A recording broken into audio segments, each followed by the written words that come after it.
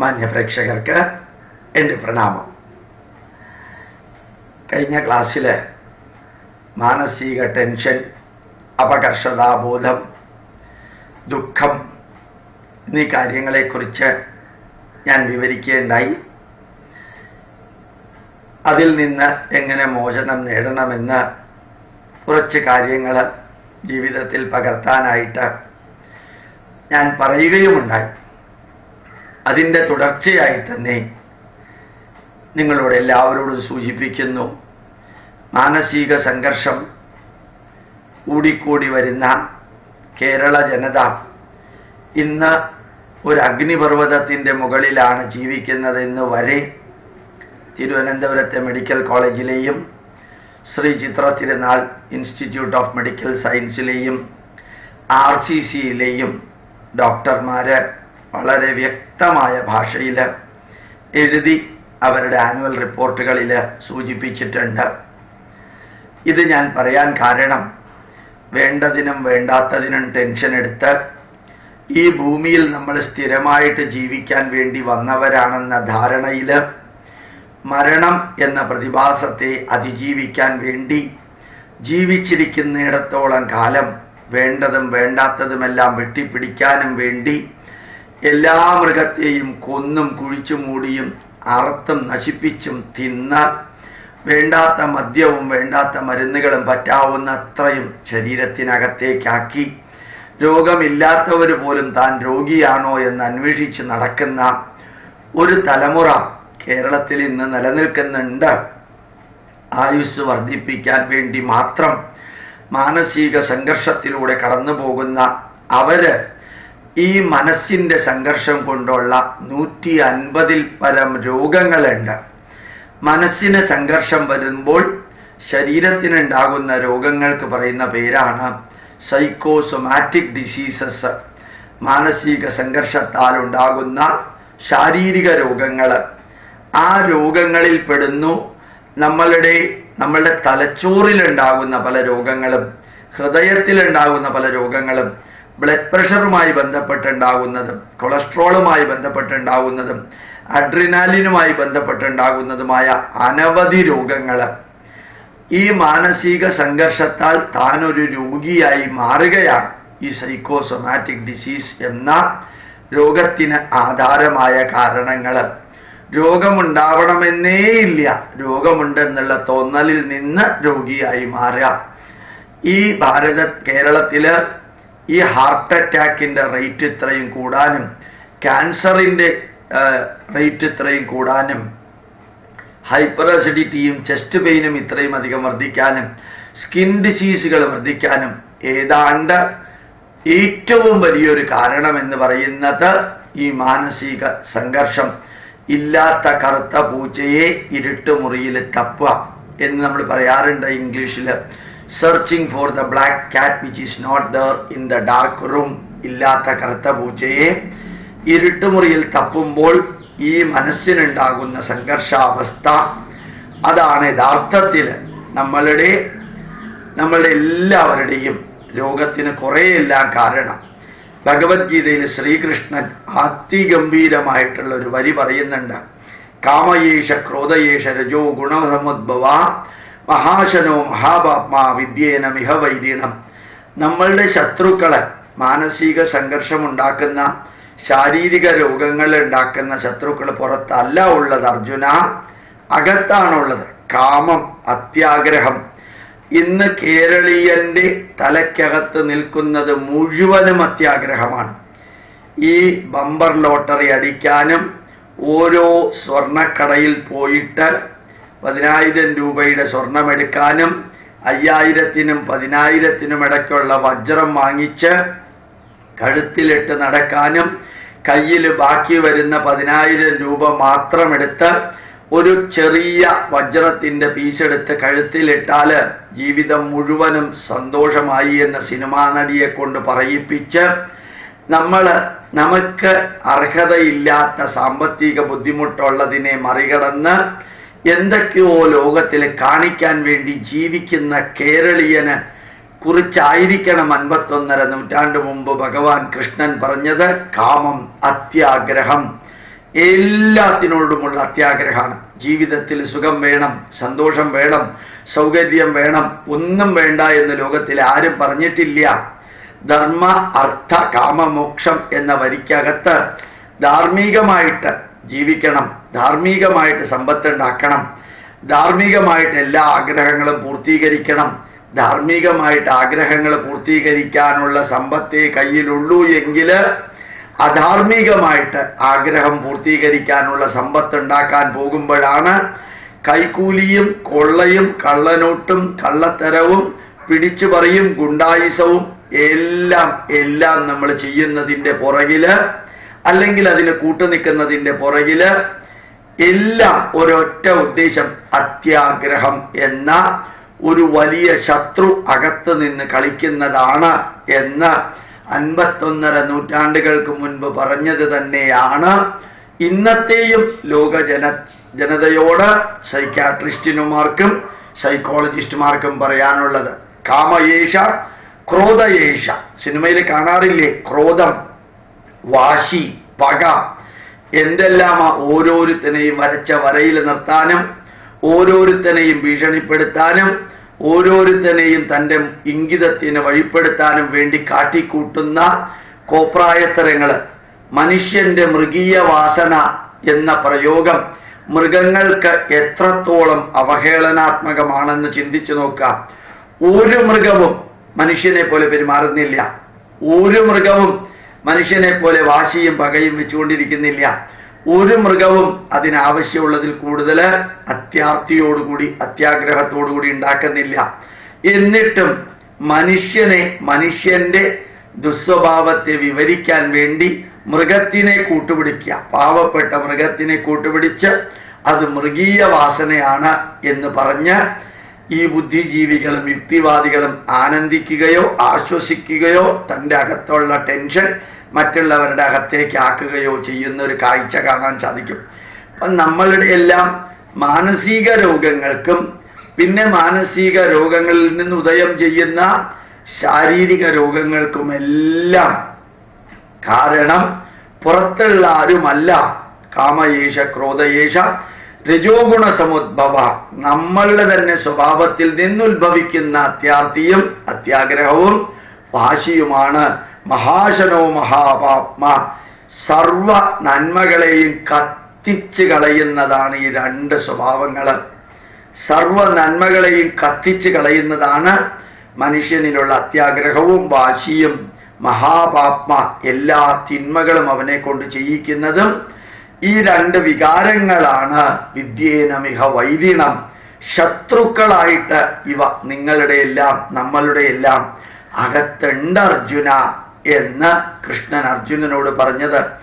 ഇന്ന് നമ്മളുടെ എല്ലാവരുടെയും ജീവിതത്തിന്റെ ഭാഗമായിട്ട് വേണ്ടതും വേണ്ടാത്തതും വലിച്ചു കൂട്ടുക, അത് അഡ്വർടൈസ്മെന്റിലൂടെ നമ്മൾ കണ്ട് ഈ 10,000 രൂപ വരെയുള്ള ആ ബാക്കി പൈസ പോലും ഒരു വജ്രം വാങ്ങിച്ച് ഇന്ന് വരെ ഇല്ലാത്ത കുറേ തിന്മകള് നമ്മളുടെ ചെവിയിലേക്കും കണ്ണിലേക്കും എത്തിക്കുന്ന TV അഡ്വർടൈസ്മെന്റിലൂടെ വലമ്പിരി ശംഖ് വെച്ച് പ്രശ്നം വെച്ച് വേണ്ടതിനും വേണ്ടാത്തതിനുമെല്ലാം വഴിപാടുകൾ നൽകി എല്ലാ തിന്മകൾക്കും നമ്മൾ കാരണമായി അന്ത്യത്തില് നമ്മൾ തന്നെ ടെൻഷൻ എടുത്ത് ദൈവം എന്നെ സംരക്ഷിച്ചുകൊള്ളും എന്ന തെറ്റിദ്ധാരണയില് എന്ത് തിന്മകളും ചെയ്ത് ഏത്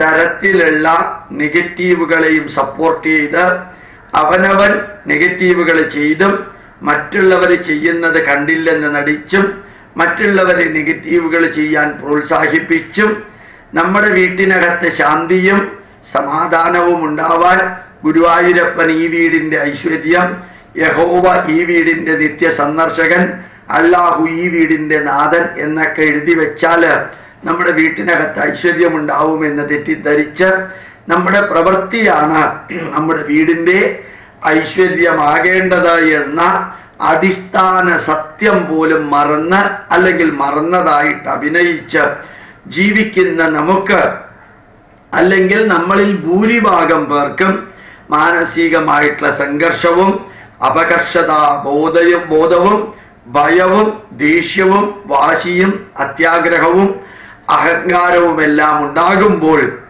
അത് മനസ്സിൽ മാത്രം ഒതുങ്ങി നിൽക്കുന്നില്ല. മനസ്സിൽ നിന്ന് അത് ശരീരത്തിലേക്ക് പടരുന്നു, ശരീരത്തിൽ നിന്ന് അത് കുടുംബത്തിലേക്ക് പടരുന്നു. അപ്പോൾ മനസ്സിനെ നിയന്ത്രിക്കാൻ സാധിക്കാത്ത, മനസ്സിനെ കൺട്രോൾ ചെയ്യണം എന്ന നിശിതമായ ഷാർപ്പ് ഭാഷയിലല്ല ഞാൻ മനസ്സിനെ നിയന്ത്രിക്കുക എന്ന പദം ഉപയോഗിച്ചത്.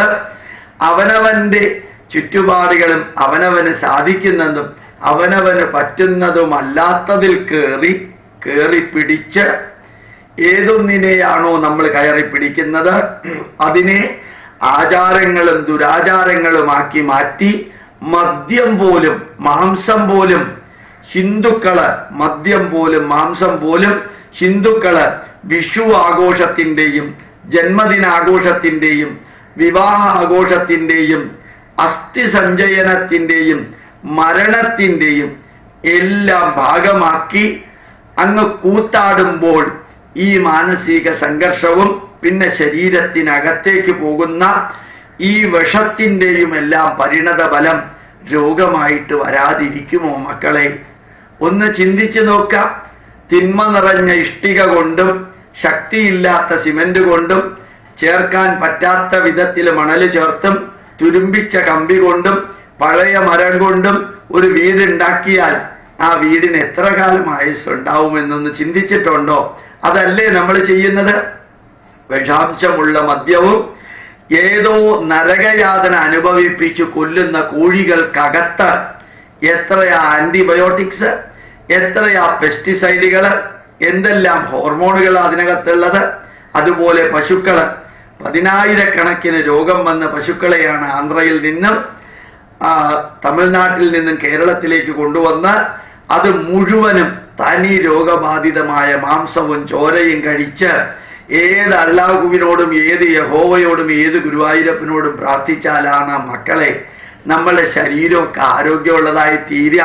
ഞാൻ മക്കളെ എന്ന് വിളിച്ചത് തമിഴ്നാട്ടിലെ പ്രയോഗമാണ് കേട്ടോ, അല്ലാതെ എൻ്റെ മക്കൾ എന്നുള്ള അർത്ഥത്തിലാണെന്ന് എടുക്കണ്ട. സ്നേഹത്തോടുകൂടി വിളിച്ചു എന്ന് മാത്രമേ ഉള്ളൂ.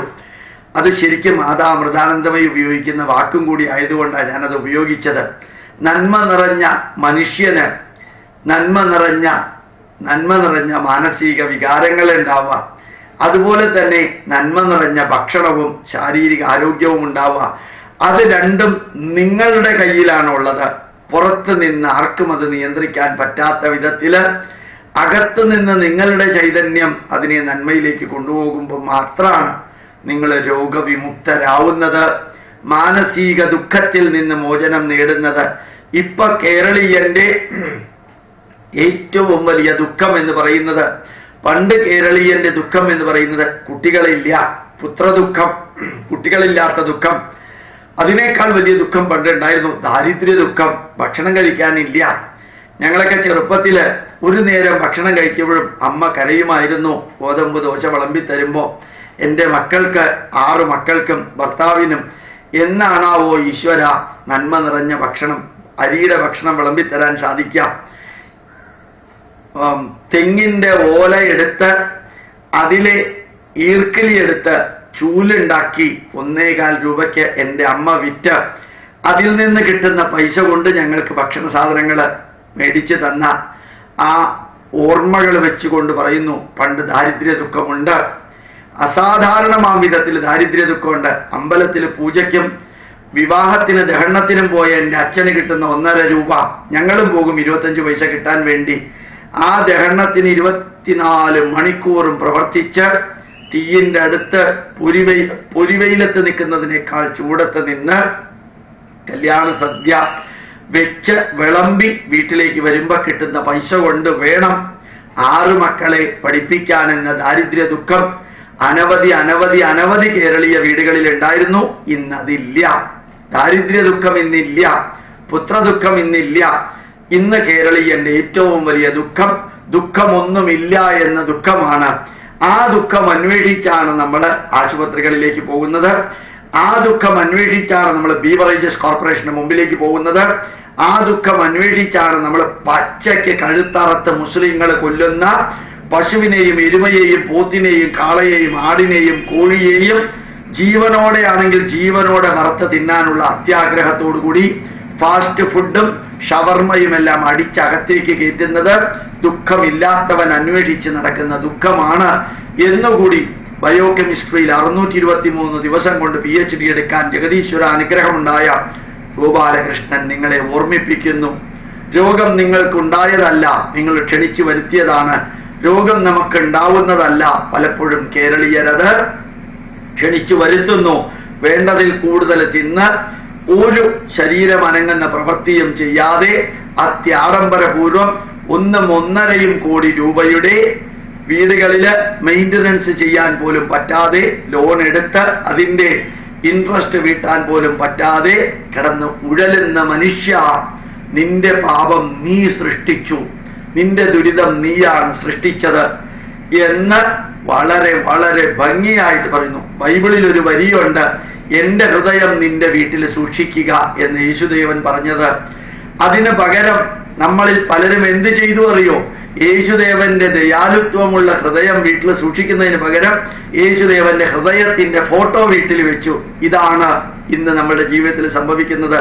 നിന്റെ കുരിശുമായി നീ എന്റെ കൂടെ വരിക എന്ന് യേശുദേവൻ പറഞ്ഞിട്ടുണ്ട്. അതിന്റെ അർത്ഥം നിന്റെ ദുഃഖവും നിന്റെ പ്രശ്നങ്ങളും നിന്റെ വേദനയും നിന്റെ ടെൻഷനും നിന്റെ അപകർഷതയുമായിട്ട് എന്റെ കൂടെ വരുവിൻ എന്ന് പറഞ്ഞ യേശുദേവൻ പറഞ്ഞതിന് നേരെ വിപരീതമായിട്ട് അവർ ചെയ്തു.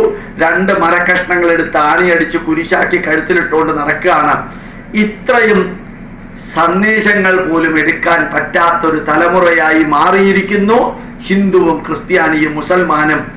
ആ മുസ്ലിങ്ങള് പ്രവാചകനായ മുഹമ്മദ് നബി പറഞ്ഞത് ഒന്നും ജീവിതത്തിൽ സൂചിപ്പിച്ചിട്ടില്ല, ഒന്നും ജീവിതത്തില് സ്വീകരിച്ചിട്ടില്ല എന്ന് സൂചിപ്പിക്കാനാണ് ഇതോടൊപ്പം മറ്റൊരു എപ്പിസോഡ് കൂടി അപ്ലോഡ് ചെയ്യുന്നത്. ചിന്തിക്കണം, നമ്മളുടെ രോഗം നമ്മുടെ സൃഷ്ടിയാണ്, നമ്മുടെ വേദന നമ്മുടെ സൃഷ്ടിയാണ്, നമ്മുടെ ദുഃഖം നമ്മുടെ സൃഷ്ടിയാണ്, നമ്മുടെ അപകർഷതയും വാശിയും പകയും അതുപോലെ അഹങ്കാരവും ധാർഷ്ട്യവുമാണ് നമ്മുടെ ഈ ജീവിതത്തിലെ അന്ത്യത്തിന് കാരണമാകുന്ന രോഗത്തിന് കാരണമാകുന്നത് എന്നുകൂടി ഓർമ്മിക്കാൻ സൗകര്യം കിട്ടുമ്പോൾ നിങ്ങൾക്ക് സാധിക്കട്ടെ എന്ന് പ്രാർത്ഥിക്കുന്നു. ഒരു മരുന്ന് കൊണ്ടും മാറാത്ത രോഗങ്ങളാണ് ഇന്ന് കേരളീയരിൽ പലർക്കുമുള്ളത്. കാരണം ശരീരത്തിന് രോഗമുണ്ടായത് മനസ്സിന്റെ പ്രശ്നം കൊണ്ടാണ്. ആ മനസ്സിനെ ശരിയാക്കാത്തയിടത്തോളം കാലം ശരീരത്തിന്റെ പ്രശ്നം തീരില്ല. ഞാൻ പറയാറുണ്ട്, കാരണാഭാവേ കാര്യാഭാവ എന്ന് ശ്രീരാമൻ ലക്ഷ്മണനോട് പറഞ്ഞിട്ടുണ്ട്. കാരണമില്ലെങ്കിൽ കാര്യമില്ല. കാരണാഭാവേ കാര്യാഭാവ, കാരണമില്ലെങ്കിൽ കാര്യമില്ല. ഇന്ന് കാരണമുണ്ട്. മാനസിക സംഘർഷത്തില് വാശിയും പകയും വിദ്വേഷവും അഹങ്കാരവും ഭയവും ദുഃഖവും കൊണ്ട് നമ്മൾ ജീവിക്കുന്നു. മറ്റൊരു സ്ഥലത്ത് അത്യാഗ്രഹവും അമിതമായിട്ടുള്ള ഉപയോഗവും അമിതമായിട്ട് വലിച്ചു കൂട്ടാനും ഉണ്ടാക്കാനുമുള്ള തോന്നലുകളുമെല്ലാം നമ്മളെ എവിടെയോ കൊണ്ടു ചെന്നെത്തിക്കുന്നില്ലേ? ഒന്ന് ചിന്തിക്കാം. നമ്മുടെ രോഗത്തിന് കാരണം നമ്മൾ തന്നെ. ആത്മൈവ ഹ്യാത്മനോ ബന്ധുഹോ ആത്മൈവ രിപുരാത്മന. അവനവന്റെ ബന്ധു അവനവൻ തന്നെയാണ്, അവനവന്റെ ശത്രുവും അവനവൻ തന്നെയാണെന്ന് കൃഷ്ണൻ ഭഗവത്ഗീതയിൽ 6-ാം അധ്യായത്തില് 5-ാമത്തെ വരിയിൽ പറഞ്ഞതൊന്ന് ചിന്തിക്കാൻ ശ്രമിക്കാം. നിങ്ങൾ ഏത് മതത്തിൽപ്പെട്ടവരാണെങ്കിലും പ്രണാമം, നമസ്കാരം.